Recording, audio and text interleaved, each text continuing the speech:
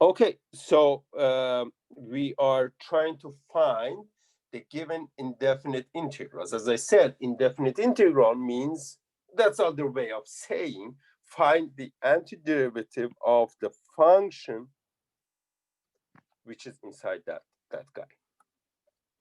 So, in other words, I have to find antiderivative of sums of two things, which is x and 1 over root 1 minus x squared. I know that sums of antiderivative of sum is sums of antiderivatives. In other words, integral of sums, indefinite integral of sums is sums of indefinite integrals.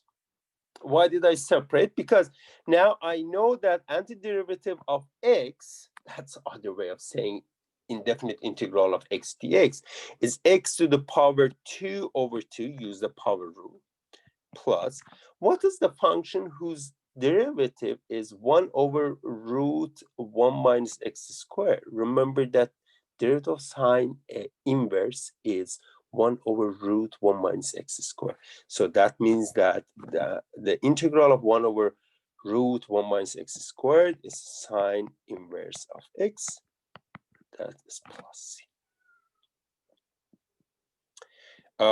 Here, this goes the same way. I have 1 over x dx minus 1 over x. Okay, 1 over x square. I can write x to the power negative 2x plus integral of cosine x dx.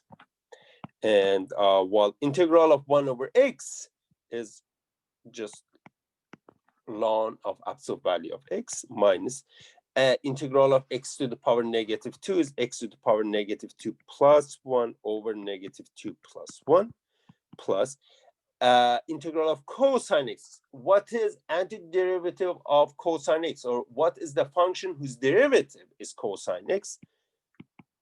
The answer is sine x plus c.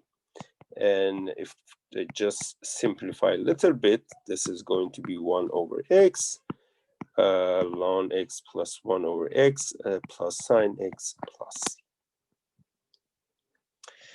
c. Here, this is another, that's done. That's another integral. So integral of sums is sums of integrals.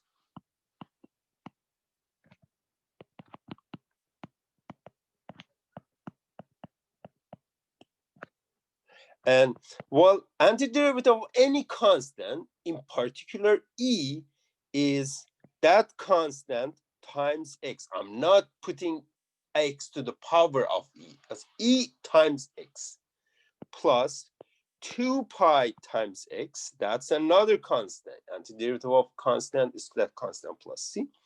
Plus, this is the antiderivative of sine of 4x. So what is the function whose derivative is sine x? Remember that antiderivative of sine x, okay, oops, sorry. Antiderivative of sine x is a minus cosine x. That's the function whose derivative is equal to sine x. But if you have sine of a constant times x dx, you may say, okay, I can go ahead and make it like cosine of a times x plus c.